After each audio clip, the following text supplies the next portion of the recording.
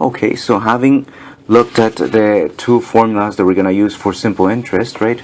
This one is for the interest earned, this one right here, and this one is for the final amount.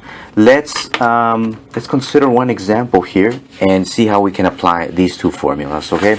So on your notes, once again, you may want to pause it and maybe try it yourselves or just follow along. Okay, so example 1 says, Taylor deposits $6,000 at 5% per year for 4 years. The questions are A, how much the interest does he earn? And B, how much does he now have in the account? So first, let's write the formulas that we learned so far as a reference. Okay, so I, which is the interest earned, is equal to P times R times T. Right? And then we also have the final amount formula, which is A equals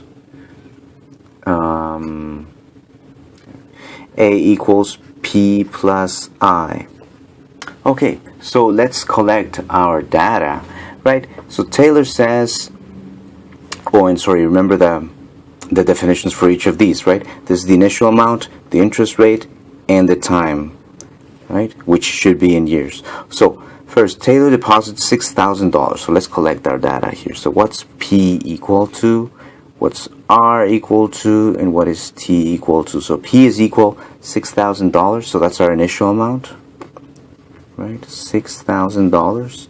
Okay, at 5% per year. So which of these two variables is that going to be? So let's underline $6,000. 5% per year. Well, 5% is the interest rate.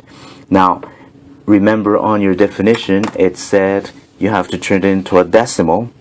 Check your notes. So let's turn this. How do you turn a percentage into a decimal? Take the 5 and divide it by 100. 5 divided by 100 gives us 0.05. And T is the time in years. Now, they give us this time in years, which is 4. So T is equal to 4 years, right?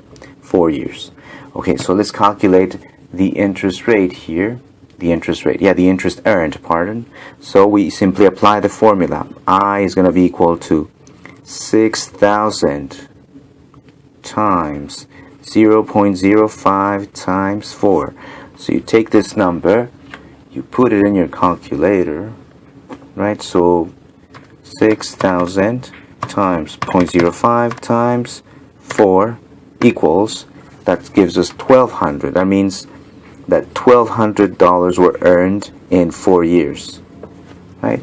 Now, is this the final amount that this person has? No, because we need to calculate the final amount, and actually that's the next question. The first question, how much interest does he earn? That's actually part A. So we just calculated this. That means he earns $1,200. Now, how much does he now have in the account, in the bank? So this will be part B. Part B would be this. So they're asking us to find A. Well, we know what P is. P is the initial amount, $6,000 plus $1,200. Well, we add these two and we end up with $7,200. So we can say, therefore, he now has $7,200 in his account. So we have just calculated the amount of money that Taylor would have after 4 years if he deposits this at this interest rate using simple interest. Now, you may be wondering what happens if the time is not given in years. So let's watch the other video in which I will further elaborate on this.